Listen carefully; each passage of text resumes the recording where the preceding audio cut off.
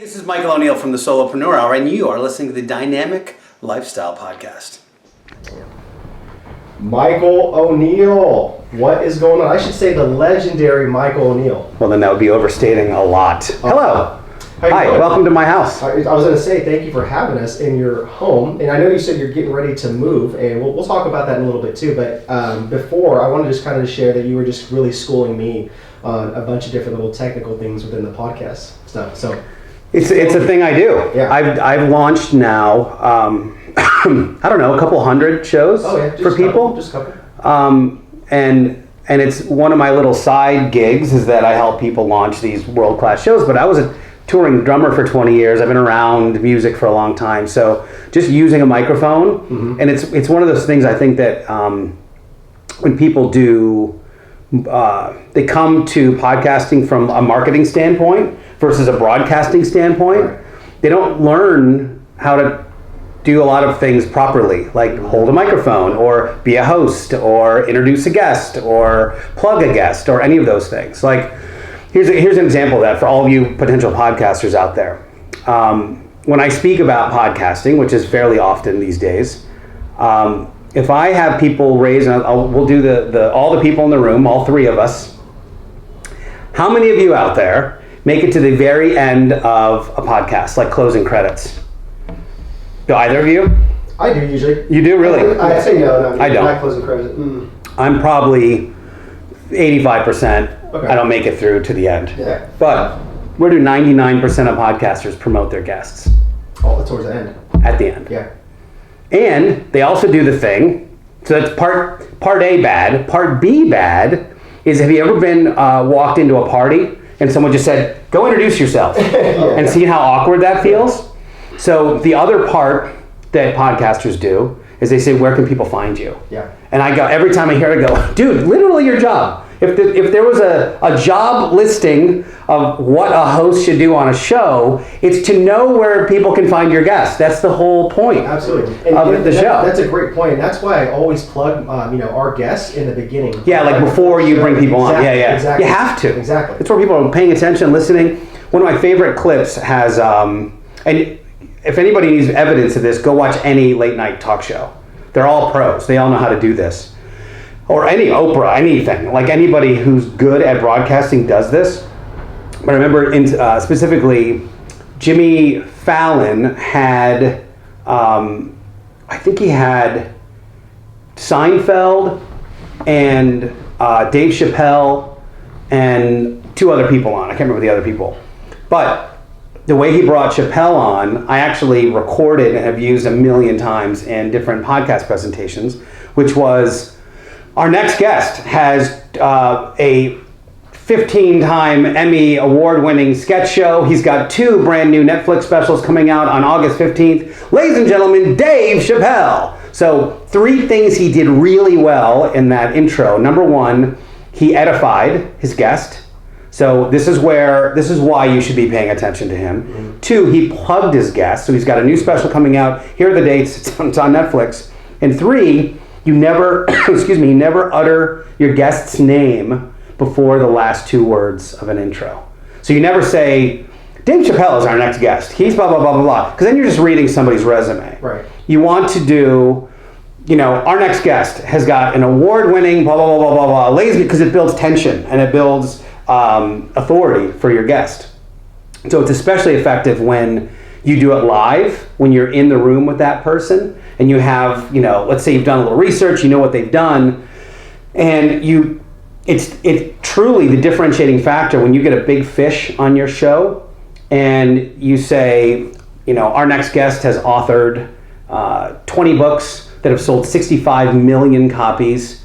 He is a 7-time New York Times bestseller, also known for blah, blah, blah. Ladies and gentlemen, Jack Canfield. So when you're in the room with Jack and you do that, a couple things happen. Number 1, he goes, these dudes have done their research. Mm-hmm. Like, this is not just a hacky podcast that I've done a million of. Right. Number 2, if you do your job well, I like to take their ammo away in the intro. So if someone's known really well for a thing, I will give that thing away in the intro so that they don't have to go back to their old story of how they turned. This is like Pat. If you guys know who Pat Flynn is from Smart Passive Income, you know, he's told his "I was an architect that got fired" story 84 million times. Right. So my intro for him at some point was, our next guest was an architect who found himself without a job, blah, blah, blah. And I sort of tell that whole story of how he got into affiliate marketing and internet blog stuff and blah, blah, blah. Ladies and gentlemen, Pat Flynn. So now Pat, there's two things that happen. One, he's relieved. Then he goes, oh good, I don't have to tell that same stupid story. I've told it 300 times. But two, he's got to come up with new, interesting content now, Right. which he's never had to do on a bunch of normal marketing shows. And I think we can translate this to almost any platform. If you are able to story tell and or able to tell a different version of something that people have seen all the time, it's going to make people pay more attention to you. Yeah. You know? Yeah, that's good, man. That is some good like little ninja tips. So I want to ask you, you know, from all the experience that you have, and just working with people that are launching podcasts, like with the barrier to entry being so low to podcasting these days. I mean, do you think that's a bad thing? I mean, do you think people are just jumping in too quick without kind of like being a student, doing some research, studying for a couple of years? Well, what's really ironic about all this is I went to school for broadcasting, telecommunications, and mass media. I was in BTMM at Temple University. Having never studied any broadcasting while I was there, because it was all, I focused on the internet. But my point is, it used to be a 4-year degree to allow you to speak into a microphone and put content out. And I think what people miss, I have one of the little side hobbies I do is I really like high-end stereo stuff. Okay. So that's why there's like a million speakers I can around tell. my place. Yeah. You should see what's underneath. There's like a whole another thing. But the point of that is like if you at least understand that there's like a pretty low barrier of entry and people can just sort of go on and speak and do whatever they want, then you realize how bad people are at doing. It's like, yeah, I can buy a football too, but I'm not going to be Tom Brady, Yeah. or you know what I mean? Like it's so yes, I do think it's bad. I think people need to train more, and it's just one of those things that you don't know until you get to a certain level how bad you were at it at the beginning. Right. You know, Exactly. but there's not a lot of good benchmarks out there. There's only I can only think of like a half a dozen shows that I think someone's really good. Like Jordan Harbinger's good. Yeah. But I'm hard pressed to think of anybody in the marketing world that's also like a really good interviewer. Yeah, and that's a great point because I've been listening to your show for a while, and you had us on your show a couple of years ago, and I appreciate that. Great stuff. So you've had literally over 800 interviews, and you've had like 15 million downloads, I believe, something around that. A little 10, about 10 million. So then how did you get your show to that level, to where it just stood out from all the rest? I was a real student of the game. I mean, right out of the gates, I went, so I started with a Zoom H4n. I used a short PG52 microphone, which was in my bass drum. It was my bass drum microphone on my drum set. And a mixer. And I did that because I thought, well, this is what a pro would use. Mm-hmm. This is as close as I could get to like a broadcast, because I don't have, a full broadcast studio or anything like that.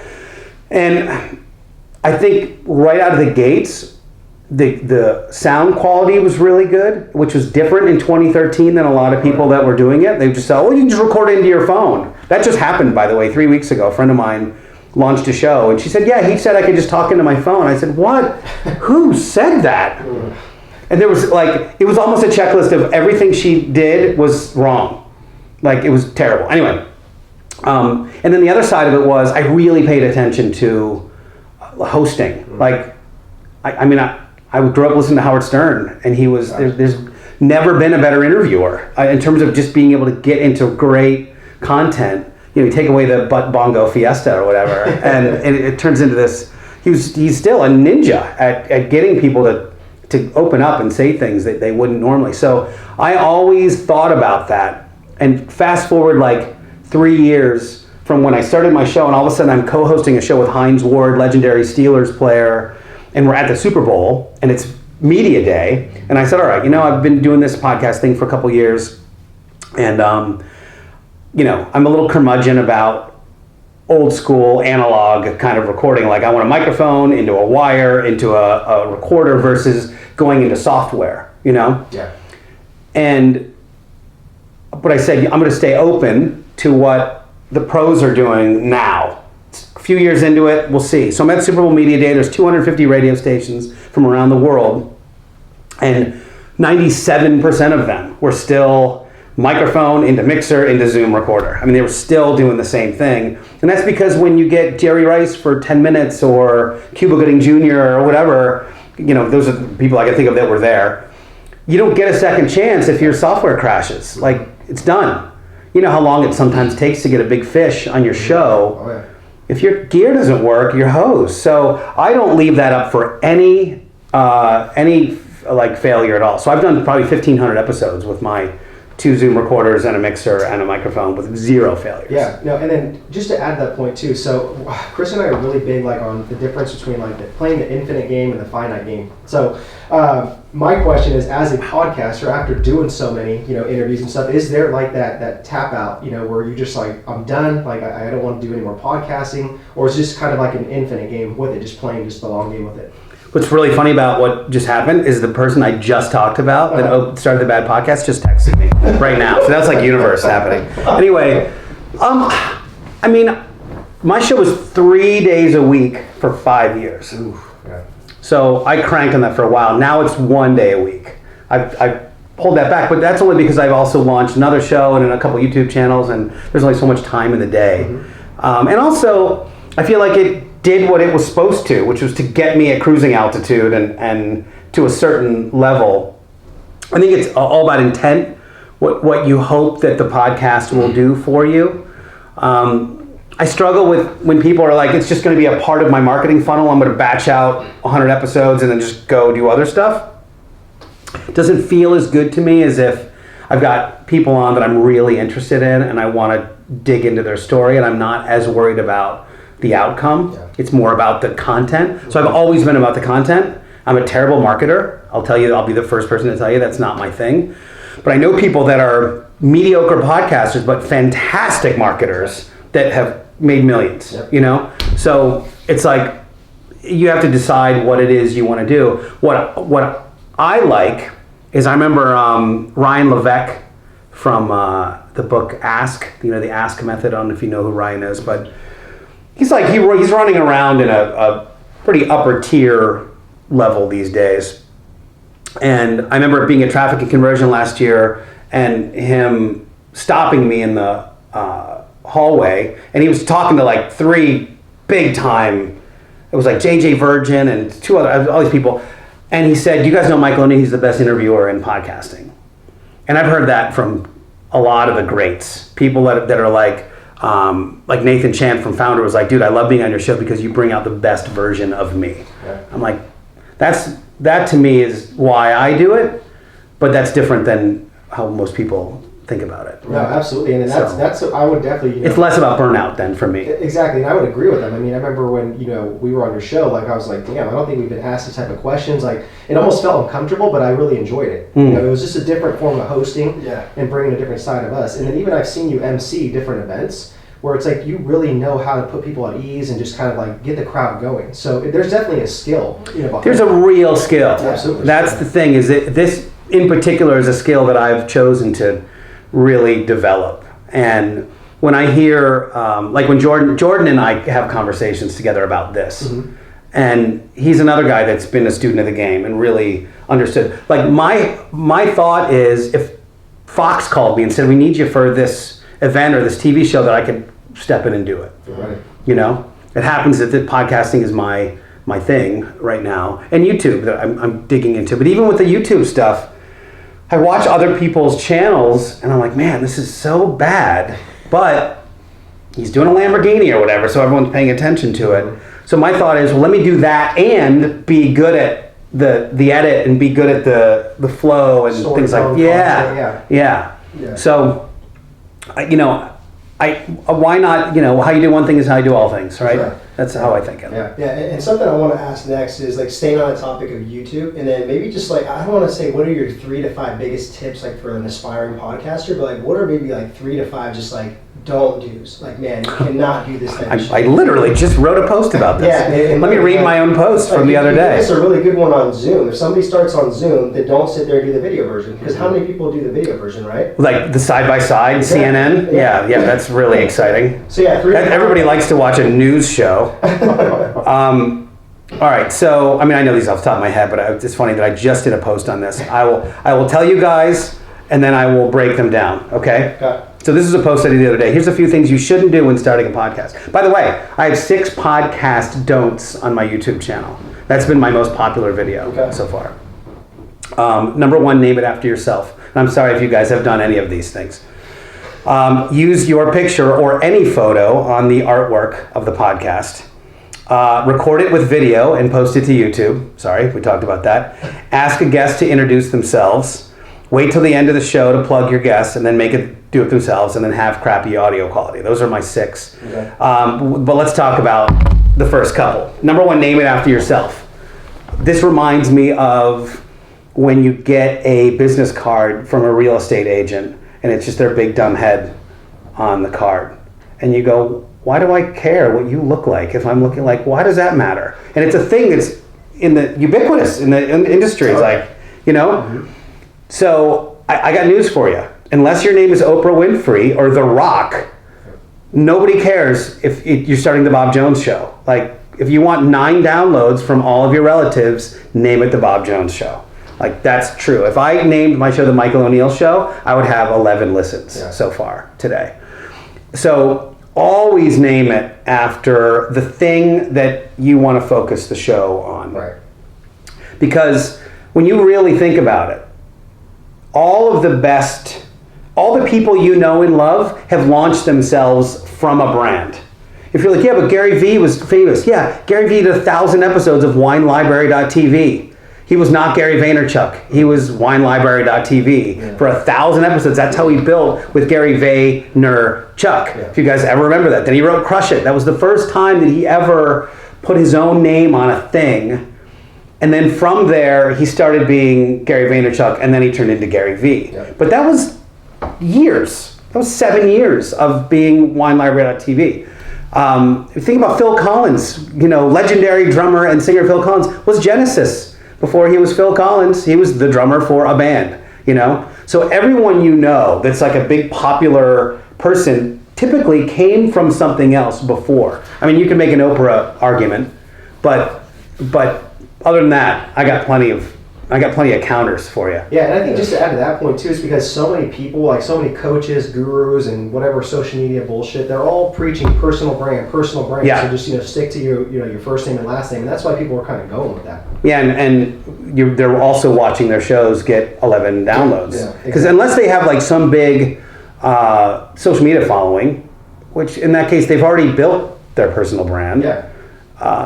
Great, but if you're starting from scratch, do not name a show after yourself. It's a terrible idea. You think it's just ego and just kind of narcissism a little bit? Yeah, of course it is. I think their pictures. Here's the other part. So pictures on artwork.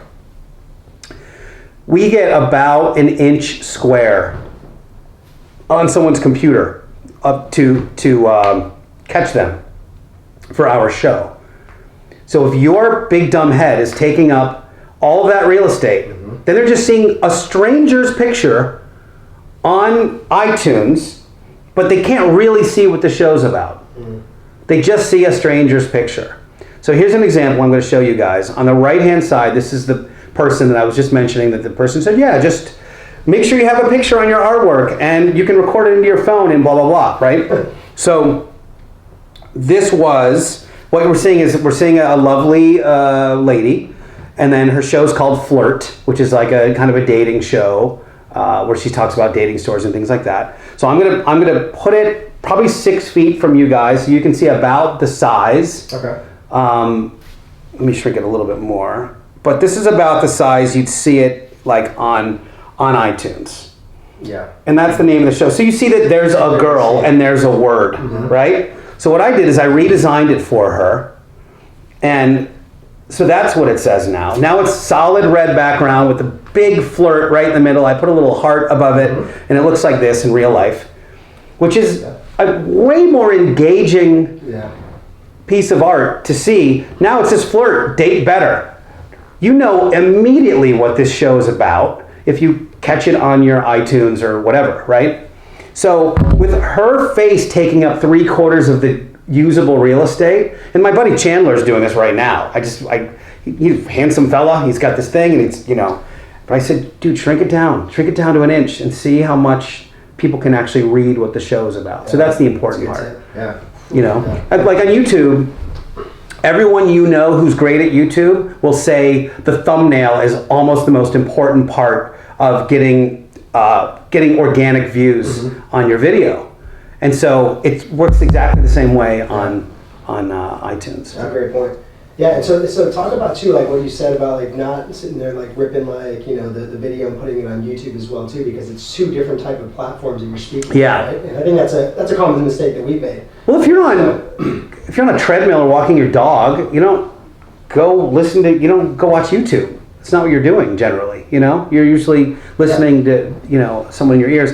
Podcasting, I think the reason why people love podcasting is it's the most intimate medium of public consumption, whereas radio is one to many. There's a person in a studio talking to a sea of anonymous people that are from all walks of life. They're old, they're young, they're black, they're white, they're men, they're women. Like that's what they're speaking to. Podcast audiences are laser targeted. In my case of beginner audiophile, they're all audio nerds. I totally forgot my point before. I'll get back to that. But they're all audio nerds, and they've already jumped through all the hoops to get into your ears. They've already located the show. They had to go to whatever their app was. They had to subscribe, and then they had to listen to that episode. So it took 4 steps versus just turning a radio on, right? So they've already done the heavy lifting, and there is a real intimacy, because I know you guys know podcasters where you're like, the names of their dogs, where they live, what their hobbies are. Like you really feel like you get to know some of these people. And you don't get to do that much on radio. You could say maybe Howard Stern's an exception, but he was really the first guy to turn his life public on that. And most don't. Right. So it's, I think when you put something on video, it does 2 things. Number one, it breaks the intimacy connection, because what we talked about before, most people aren't good enough hosts to paint a theater of the mind type description of what's going on while they're talking, So I did my best to try to describe that artwork while we talked, because they can't see it. Right. I mean, I suppose if your editor wanted to, I could send the artwork and they could put it on the video and go Joe Rogan style with it. I thought you did a pretty good job. Joe's good at it. Joe Rogan's good at doing that. Adam Carolla is really good at it. He understands, and even if he's not, Brian or Gina will fill in and do it. They'll be like, oh yeah, we're looking at a white race car. It's an old Porsche, and they're describing what's happening in front of them, so that theater of the mind can be painted for the listener. And it's just the wrong venue. It's the wrong venue. Let me get back to this point that I forgot about. When I started Beginner Audiophile, I think the part that is so important for people to realize when they podcast, if you have a microphone in your hand and you record something and you put it out into the world, like you guys are huge fitness advocates. Imagine if you were to tell people an exercise that you swore by, but it started injuring people, like real bad, injuries, like some kettlebell swing that started hurting people's spines or something. You've got a responsibility for that. Like that is a real responsibility. So when someone looks at you guys and you're these young, fit, handsome dudes, and they're like, I want to be a young, fit, handsome dude, and I want to do this exercise because they told me, and then they really, really hurt themselves and they can't work anymore. They're debilitated. Like there's a real responsibility. So when I'm on the microphone talking with Paul about audio gear and $5,000 speakers, and someone goes and they buy those speakers, That is a huge responsibility on my shoulders. Absolutely. To be good at what I do and to be responsible for put it. your name and your brand behind that. Well, piece of and equipment. it's people are making life decisions. Like this isn't something to. There's a gravitas to this that I think nobody talks about. Yeah. There's a real responsibility as a broadcaster, which is why people used to go to school for it. Right. Someone told them along the lines, hey, by the way, this is a big deal. Someone's going to listen to you and they're going to make a decision. They're going to go talk to their wife about something, or they're going to go do a workout, or they're going to go buy a thing based on something that you said. So if the thing you said was a throwaway or BS, you're in trouble. Yeah. Like it's a real problem. And just to add to that really quick, I remember, it's just a great point, because I had asked you after you interviewed us, I was like, man, I'm trying to step it up a little bit. I want to do more in-person interviews as opposed to just doing Skype and all that other crap.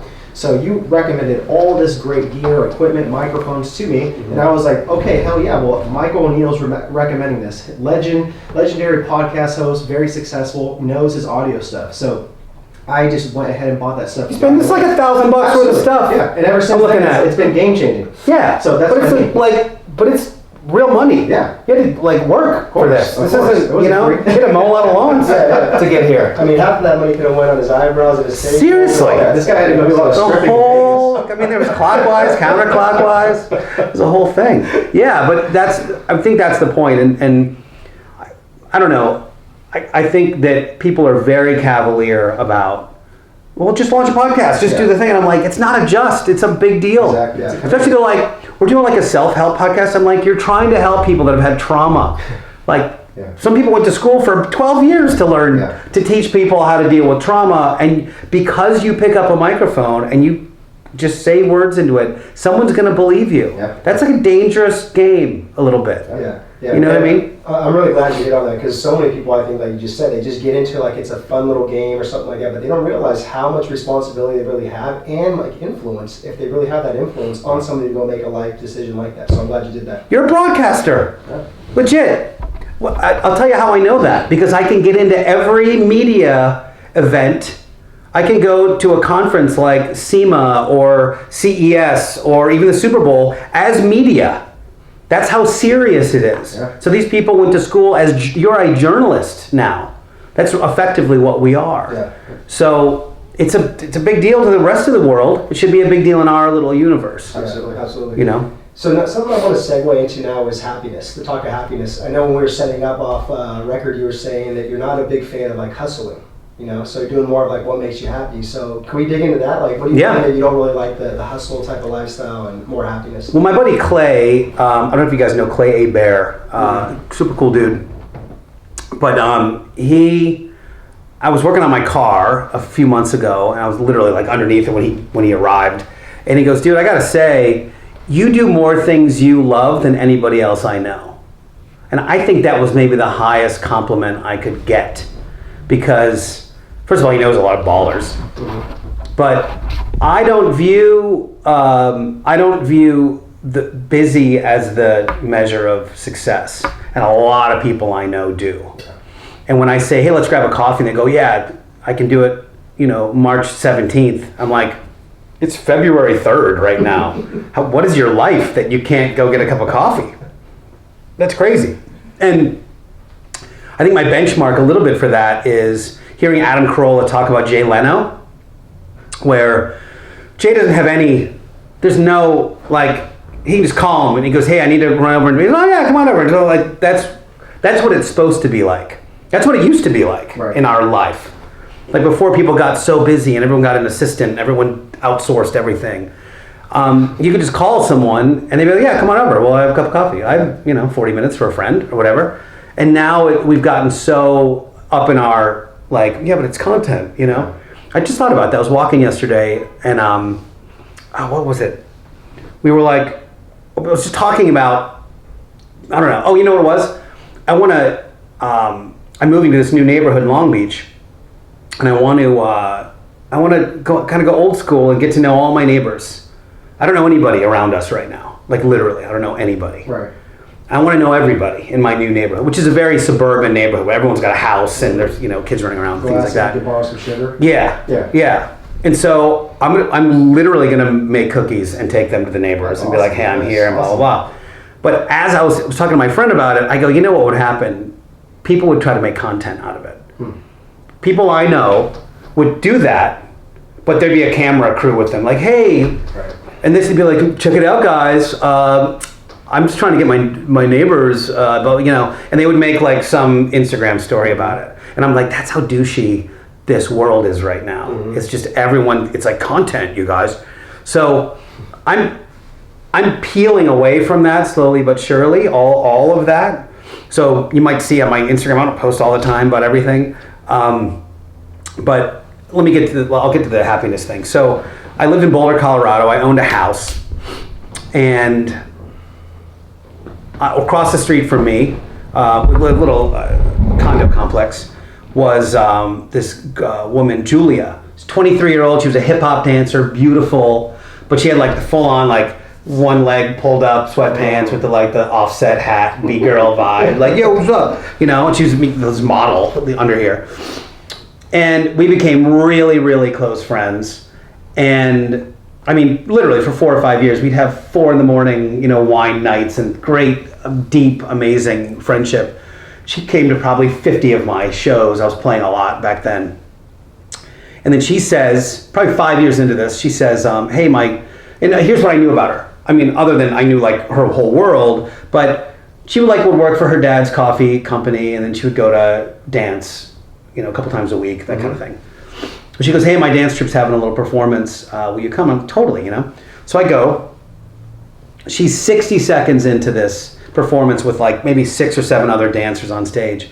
And I'm in tears because I went, holy shit. I've known this person for 5 years, and I've just realized this is where she lives. I had no idea that this was where home was for her. And it was so impactful for me. Fast forward a few years, you guys went to Thrive, right? Yeah. So Legacy Perez. Yeah. So Legacy is another guy. He was on So You Think You Can Dance. He's known now really as this real estate flipper dude. And so you'll go to this conference called Thrive.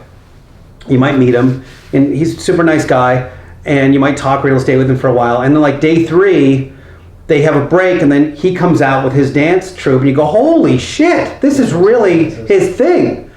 I had no idea, And I love that about people. When you learn something, you go, oh wow, I had no idea that's really what their thing was. Yeah. So, like if you guys come tonight, I'm going to play music downtown. If you guys happen to come down there, you'll go, oh, that's what he is. He also podcasts and does other things, but that's what he does, And so that concept of, that's home for me. And I was trying to tell, I call him a muggle. I don't know if you guys ever read Harry Potter, but, and shame on you if you haven't. But seen the movie. Well, muggle, okay, then muggles. People, in the Harry Potter world, muggles were non-wizards. Okay. And how we describe them, they're people that don't know anything about personal development or marketing or self-help or being conscious or any of those things. So it's sort of a regular 9-to-5er with a regular marriage, regular blah blah. Not that there's anything wrong with it. But I was talking to someone who was in a job that she didn't like very much, and a marriage she didn't like very much, and in a life that was kind of meh. And I was trying to tell her, well, these are the things that, for me, make me the best or happiest or most confident or sexiest version of myself as an animal on the planet Earth. Number one, when I'm playing my drums, hopefully, with a crowd and energy. Number two, when I'm on a deep dive podcast interview and it's good, I go, oh, this is really a great connection. And I know it's going to be interesting to people. I don't always say it's going to have value. When one of my favorite things has been, you see, we're in my family room now, and I have a tremendous amount of speakers around you and above you. And they listening to music on this is different than what probably 95% of people have ever experienced, especially if you're under the age of 30 or maybe 35 and you only know MP3s and Spotify. When I play a song that's high res and you hear all the layers, and people go, holy shit. Well, one of my favorite things has been new person, 2 bottles of wine. I don't know why 2 matters, but it does. Because you each get 3 glasses in and things change a little bit. Yeah. And you get into this just human deep dive thing that happens. Because first of all, music is one of the, it's the second biggest memory trigger. And then when you get opened by the warmth of the alcohol, you start finding things that you haven't thought of in a million years. And when you do that and say, oh my God, can you play this song, which is the song you listened to when you were 14 and feeling bummed out and you literally haven't listened to it in 16 years or whatever. And you put it on, you hear it in this experience. It's a real experience. So we just do that until 4 a.m. and it's amazing. That I love when I step off a train in a foreign country for the first time and like get on their mainstream, like, all right, what does this one do? I love that feeling. And I love when I'm in the garage and working on my cars and I'm problem solving. I like that. I like the problem solving aspect of it. And as I'm saying this to this woman, I thought, holy shit, I do all of those things on a regular basis. I mean, I've just described my life. Yeah. And I was like, where did that come from? And I realized it was a couple years ago, my buddy Mike Sherbakov said, he had an Instagram post. Mike looks like a Greek statue. I don't know if you guys know Mike. No. But he runs a thing called the Greatness Foundation. He looks like a Greek god. He's just shredded like statue guy. And this post was him doing like a kettlebell curl. And it was, 5 a.m. It was about sort of that sacrificial, like, hey, look, if you want to look like this is what you got to do kind of deal. And the mantra that he wrote was, don't prioritize your schedule your priorities. Mm.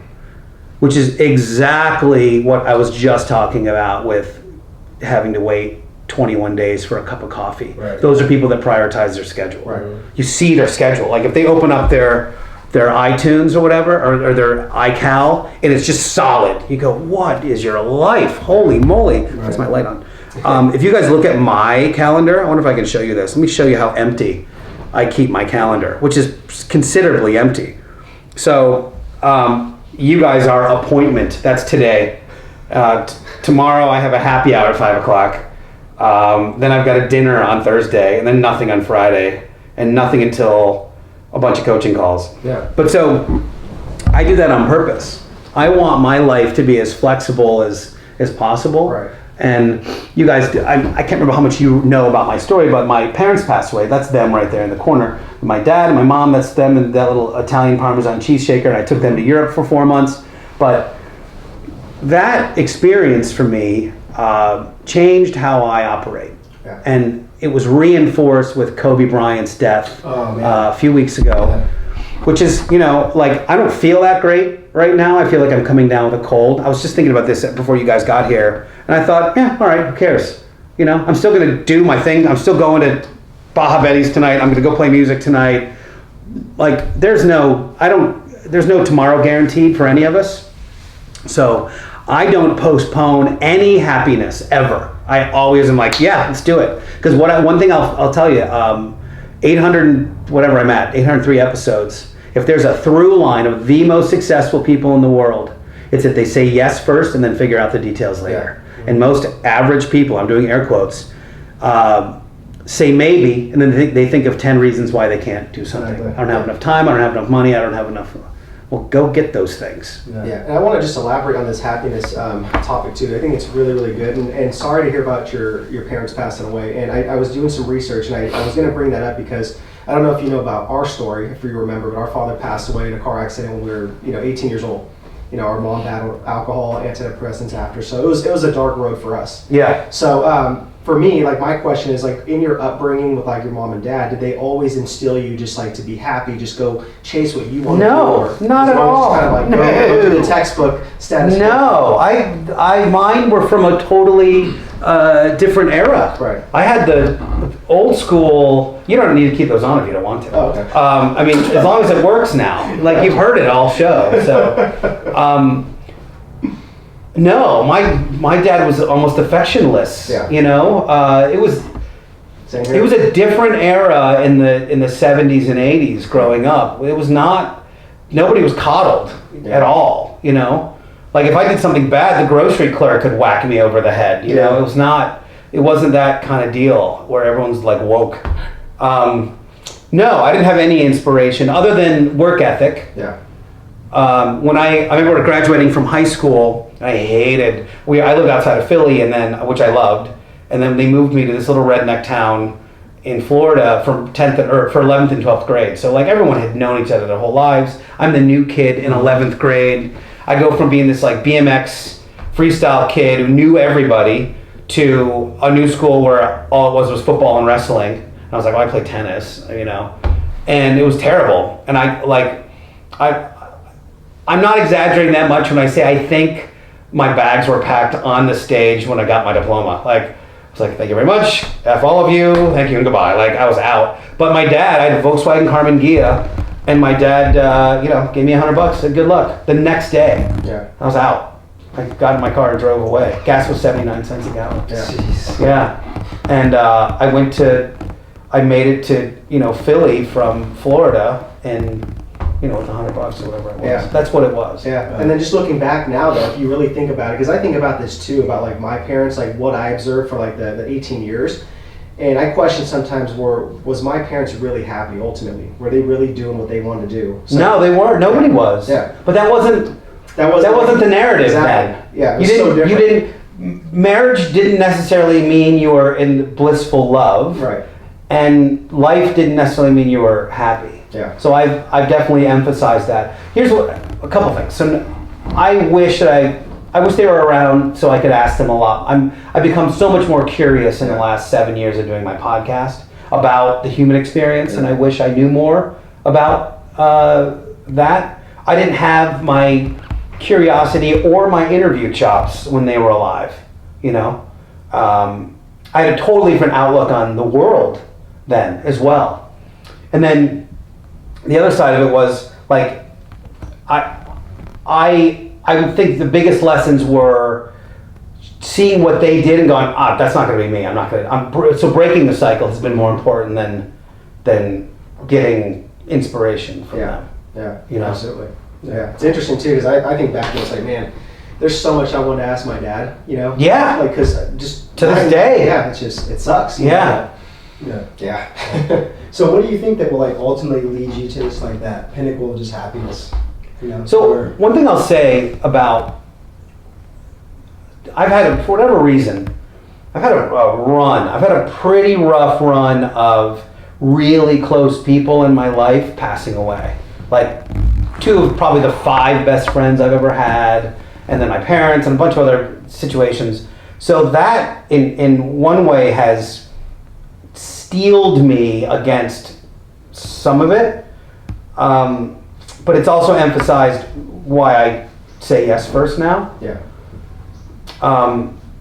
And then I think the other side of it is like I'm also able to step back and go, well, on the other side, everyone's got a story. This ain't easy. Yeah. This whole experience as a person, as an animal on this planet, isn't. By the way, we have the best of all of the animals. We're not. There's no guarantee that if you're a llama, that you're not going to get a tiger on your neck that day. Yeah. So in that respect, we have a little bit of security that we're going to mostly be alive by the end of the day. But the part where I'm probably most like my dad is like, hey, okay, those are the cards you were dealt. Yeah. So you can either get over it and move on, or you can live there. Yeah. And a lot of people choose to live there. I don't choose to live there. I tend to move on from things, whether it's heartbreak, or whatever, fairly quickly because logic takes over. All right, well, she was amazing, but there's 8 billion people in the world. Exactly. There's 4 billion women. Yeah. I bet you I can convince one more to take their clothes off with me sometime. Like just once. I just need one more. So I put things in perspective on a global scale, and things don't affect me as much. So the happiness thing just came from this. I mean, really, so much loss an inordinate amount of loss. I know people that haven't lost anybody. I also know people that have never had a cavity. Yeah.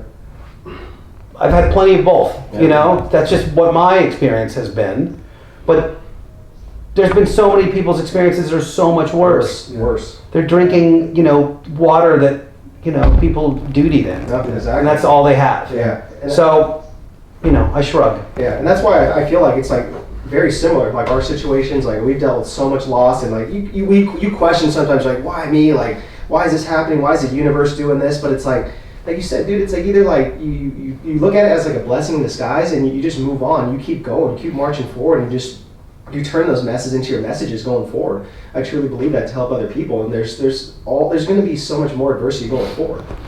I won't, or at least very rarely will I say why me anymore. Yeah. All right, because me. Yeah. That's the answer. Because you. Yeah. So I remember I was having some real issues with a fairly recent ex-girlfriend a couple of years ago, and it was a miserable week. It was just dark and depressive and bad. And I thought, ugh. I remember putting on my Facebook, I go, man, life is relentless. Like, it really felt like that. Felt like I was just getting nailed.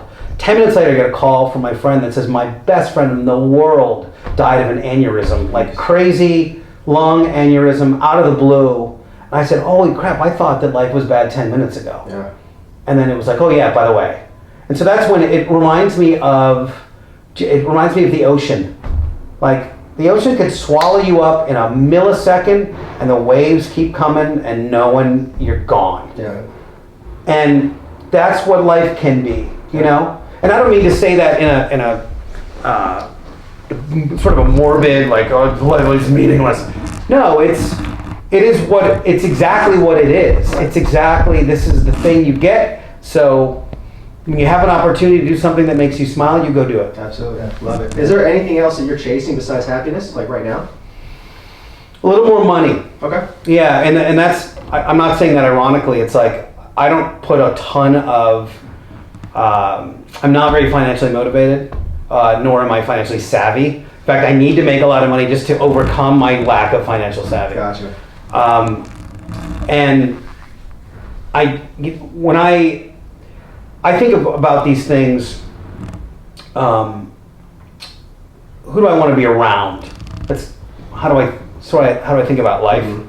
What are the kind of people I want to be around? And right now I'm edging really a lot towards this vintage Porsche world, which I really like. Yeah. I really like the stories, and I like tinkering, and the people are cool. But if I'm sitting at a table with a bunch of these Porsche people, inevitably, almost all of them came from real estate. Yeah. Almost every one of them. There's all the money's in real estate. So I'm like, all right, I gotta get to real estate. Yeah. Bottom line. So I think this might be useful. I have a protocol that I go through when I'm new at a thing. And right now, I emceed an event in Texas a couple months ago. This woman did, it was called Mobile Home Millions. Her name is Shemin Van Gundy. And holy crap, talk about a world I didn't know existed. Like, I had a guy on a couple years ago that used to flip land. Like, he'd just go buy plots of land in Nevada, tons, acres and acres and acres of land for nothing, like $50, for acres and acres. Then he'd sell each acre for $100. And he'd turn his 5K into 10K or whatever it was, and be like, and there's nothing. It's like there's minimal paperwork, So being savvy about it, like, oh, they're putting a railway through here, or there's an airport going in over there. So he was good about like being strategic about where he's going to buy. Well, there's a whole world of people that are making so much money in the mobile home world that I didn't know anything about. And it's the same types of things that you can do in what they call stick and brick houses, but at a way lower barrier of entry. It's like the podcast version of real estate investing. So $2,500 gets you into a thing, and honestly, you don't even need that. There's people I met at this event that are all, hard money lenders and things like that, where you go, cool. Like, here's an example. We're in San Diego right now. Yuma, Arizona is 147 miles from here. Yeah. So whatever that is, 3.5 hours. Mm-hmm. You can buy a trailer there for $2,000 just by dragging it to San Diego, you could sell it for $7. Yeah. Like, sounds like a business to me. Like, exactly. do 3 or 4 of those a month and call it a day, Exactly. you know?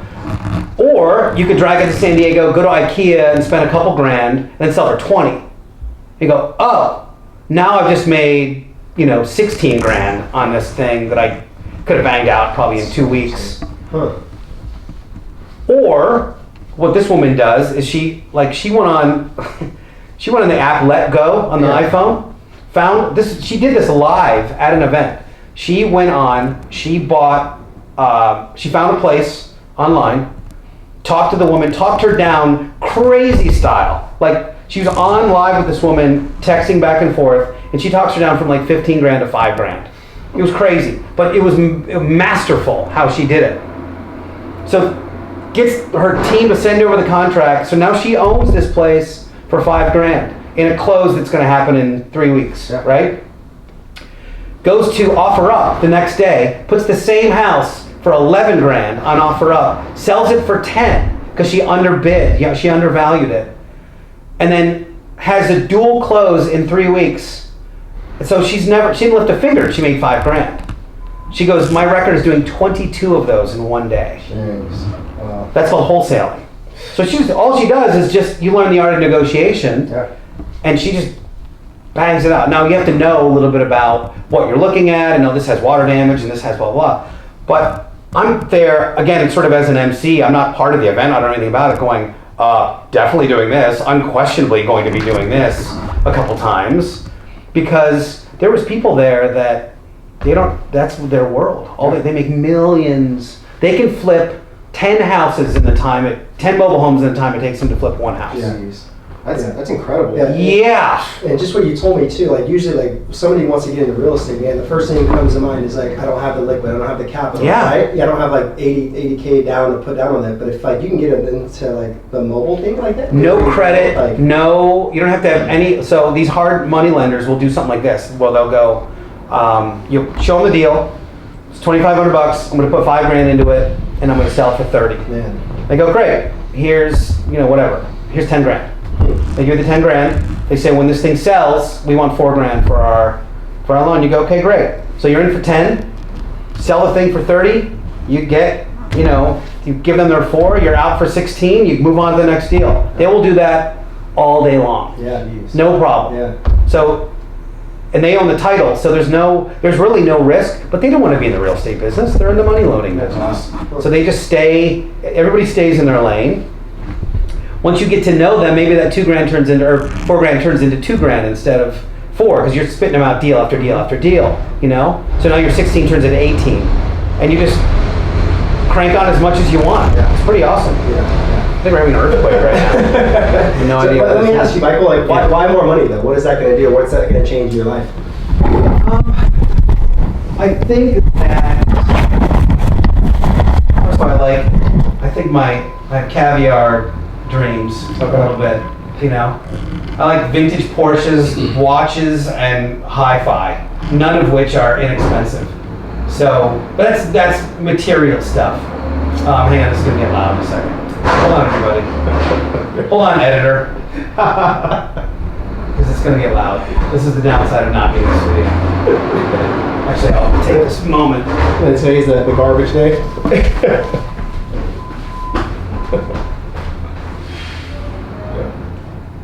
Oh, my neck.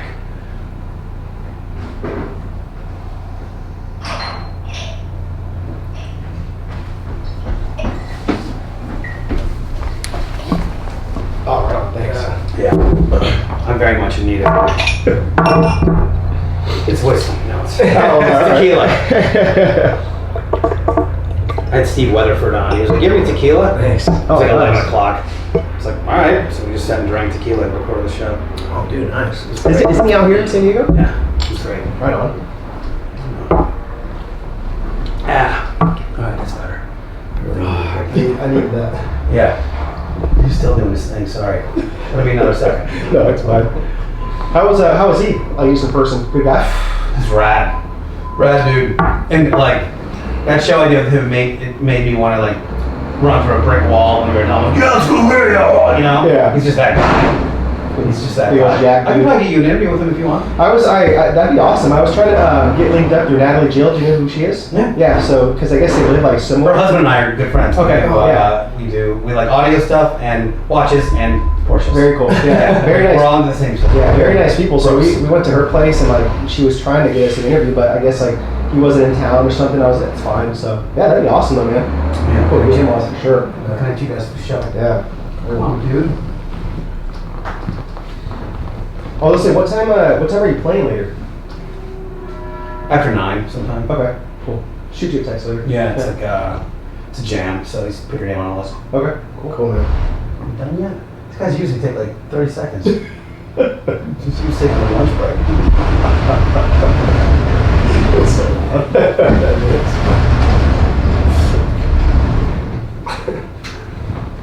Jeez, dudes. Do you know we're trying to work here? Man, I'm feeling under the weather. I just got over a little cold last week. Well, I drank about 9 gallons. Like going away party the other day. Oh yeah. Yeah. I got a buddy who's. I just shouldn't invite him to parties because he's. If your drink gets down a little bit, he's just like fresh. I'm like, no, I don't need this. I have a life I have to live. It takes me 3 days to recover now. He's from Bolivia. I'm sure he likes to drink, but right there, smack over. No, really? No, we had a rough weekend too. Our buddy was down from the Air Force, and we don't get together with him very often. But we went kind of hard Saturday and Sunday, and I still feel it. Like it's still I pretty feel it. recovered, man. It's worse when you're in your 40s, dude. Yeah, it's rough. I think it killed me. But it's all right, It's fun. Yeah. It's a super fun night. Yeah, so good times. All right, everybody. All right, let's do it. Here we are. All right. Check 1, 2, and clap. All right, where were we? So about the money, like Yes. what the extra money would do. I think there's maybe more legacy. I think there's some people that I can help that I don't yet. Some relatives that I think I could probably help a little bit and maybe offer some more happiness. But I have cool stuff I want to do and build, and it's just easier to have more money. I love to be spontaneous. It's really the thing for me. So I'm just as likely to go on a trip or a staycation here as I am to go to like Bermuda, Yeah. So I want to just be able to do any of that stuff. Yeah, absolutely. Love it. That's I all. agree. So it's not as much about like buying Lambo or something. It's more just kind of Just freedom, more freedom. yeah. I mean, problem is now is that they say what is it? Good is the enemy of great. I can pretty much do that stuff now. One thing I think we don't talk about enough in terms of happiness is time freedom. Yeah. People look at, well, I got to make 6 figures, multiple 6 figures. But no, you have to have freedom of schedule. That's where happiness lives. Exactly. It's not money. It's being able to take your kid to school, go tinker on the stuff you love, go to a museum if you want to, go play a racquetball game in the middle of the day, come back, do some work for a while, at your own time, at your own schedule. That's where happiness, at least for me, lives. Yeah. Not watching a bunch of zeros happen. We know a lot of people that are, lawyers that make a ton of money and are miserable. Not fulfilled. And they're working 110 hours a week, and it's just a really bad. Yeah. You life say the for same them. thing for doctors, man. Being Doctors on call and or lawyers, just kind of being like chained to the hospital. Like Yeah. That, so It's brutal. So they make a ton of money, but their freedom of schedule is so small. I remember my brother moved to Colorado a couple years ago, and I flew up to San Francisco where he was. Mm-hmm. We did this killer road trip down, like through Santa Barbara and then LA, and then we went kind of Arizona, Grand Canyon, through Vegas, Moab, and then came down into Denver at this sort of weird, treacherous, awful bald tire descent, and it took like a week, and it was amazing. We had so much fun on this trip. And I remember getting there going, there's no way if I had a regular job that I could have done that. Yeah. It didn't cost a ton of money, but just to have the freedom and the time to hang out with my brother and go do that was so important. Oh, yeah. So when you think about what this next stage of your life is, if you're in a regular 9-to-5 job, and you go, well, you know, I'm making, you know, 85 grand a year now. I got to make at least 85 if I'm on my thing. No, you don't. You could probably make half of that, Yeah. but have 100% time freedom and see how much happier you are. Yeah. So it's a factor that I don't think people sort of mentally monetize enough, is that 100% time freedom is really nice. Yeah, I agree. That's why I like using the term time ownership. Oh, I want cool. to own my time. Yeah. I don't want to manage it or anything else. I want to own that time. Yeah. Because I can't get that back. Yeah. You can't get that back. Exactly. It's a kind of an underlying theme of seizing it.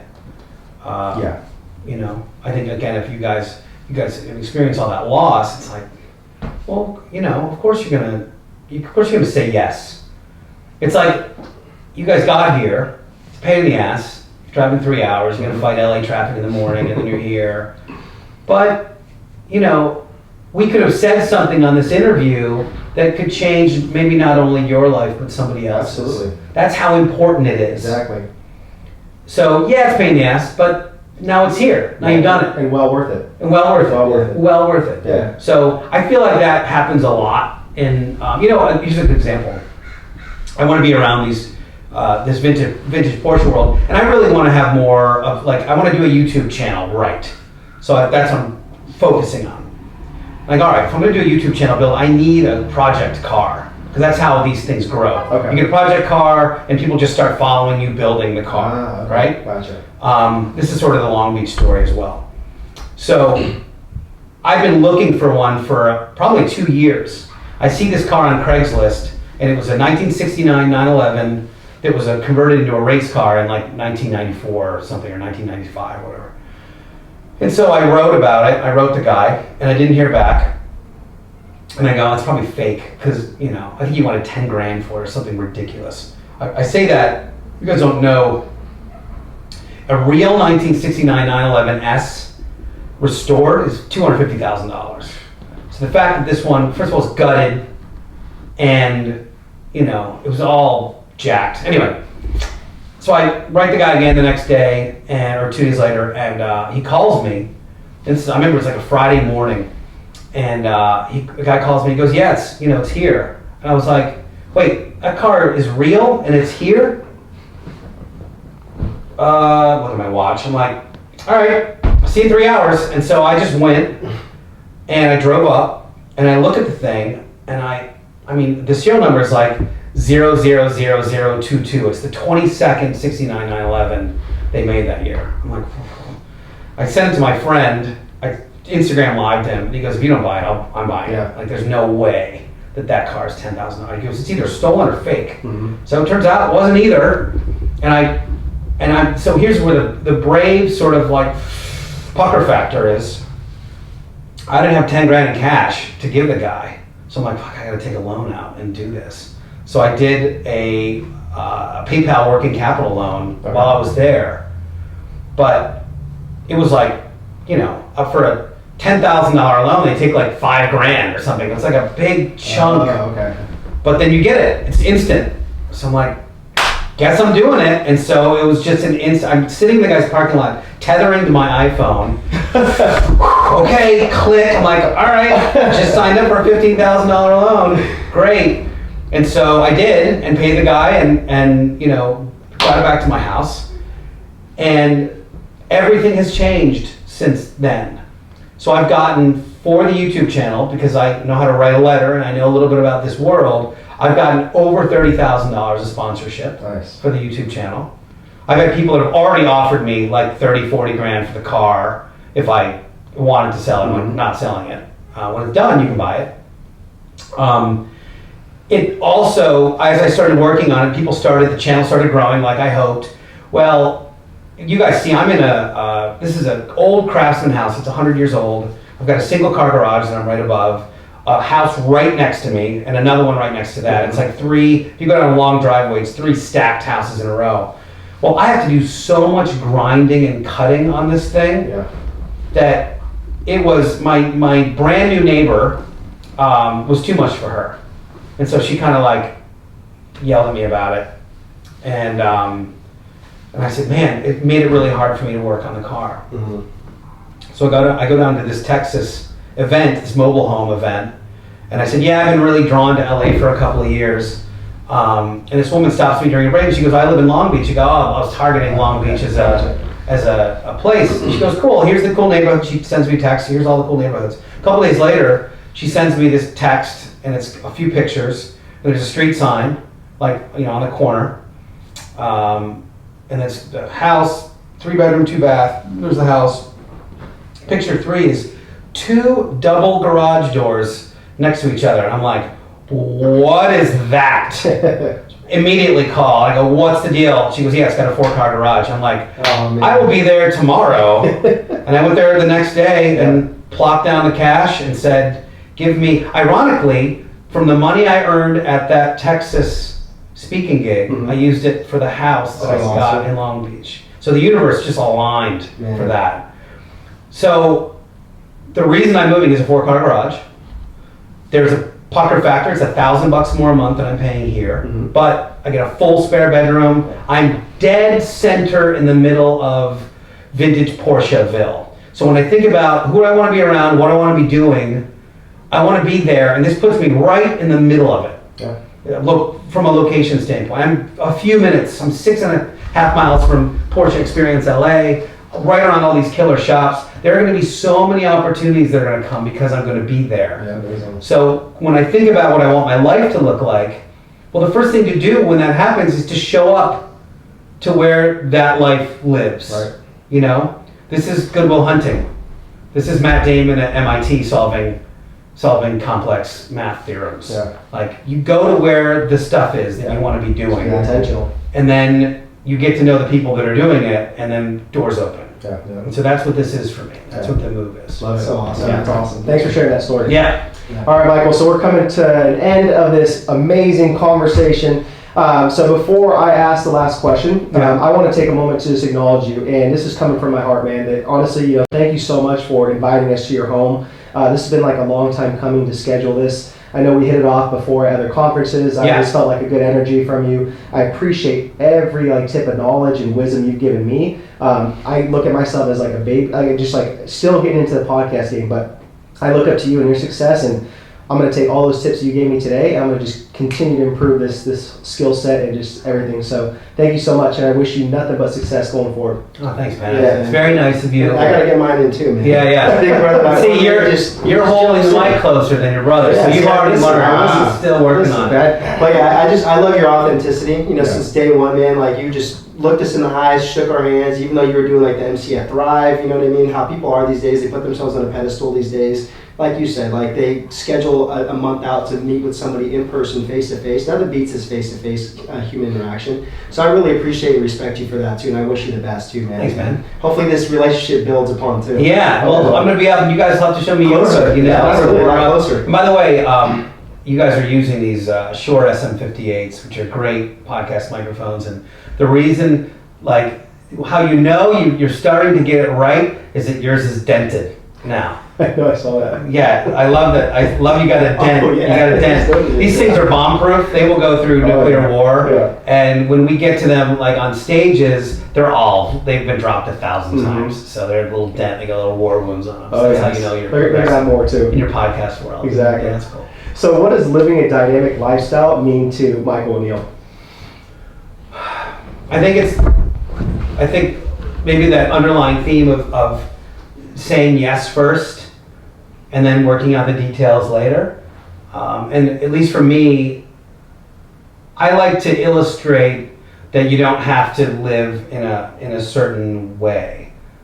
I think when Clay gave me that compliment that I do more things that I love than anybody else, that to me tells me that it feels like I'm on the right path. And I think my hope is if other people see, oh wait, I guess you don't have to just do this. I don't have to have my assistant reach out for a cup of coffee. I don't have an assistant, by the way.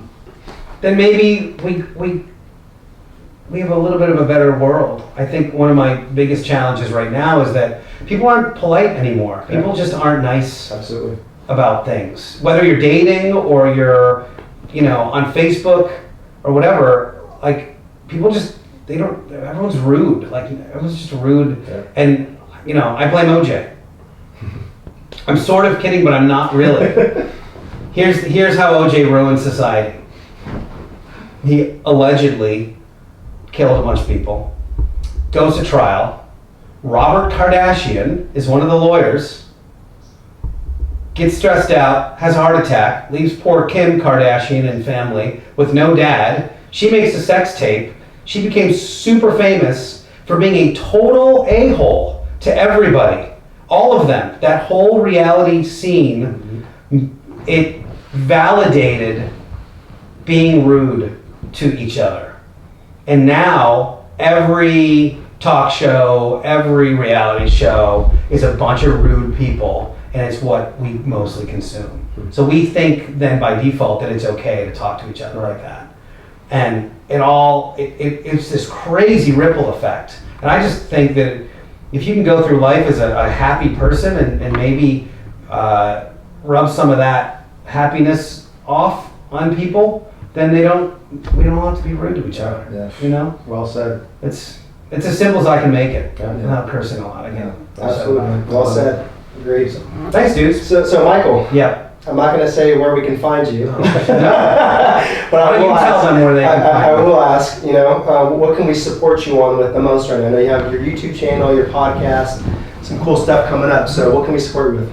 I don't know what that even means. What is that? How can I add value? I don't know, dude.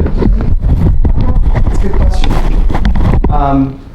You can come back and help me organize. Yeah, right. That's what you can support me on. You can help me move. Go get a truck. That's what you can support me on. Yeah. That's the real answer to that. Moving's a bitch, so yeah. Now on this one, I'm gonna get people that do it for a living. Cool. I want a point For sure. during this move. Yeah. Well, if you need two Latinos with big eyebrows, we're here for you. You know a couple of guys. I need it for my illustration class. What are they? Yeah. Anyway.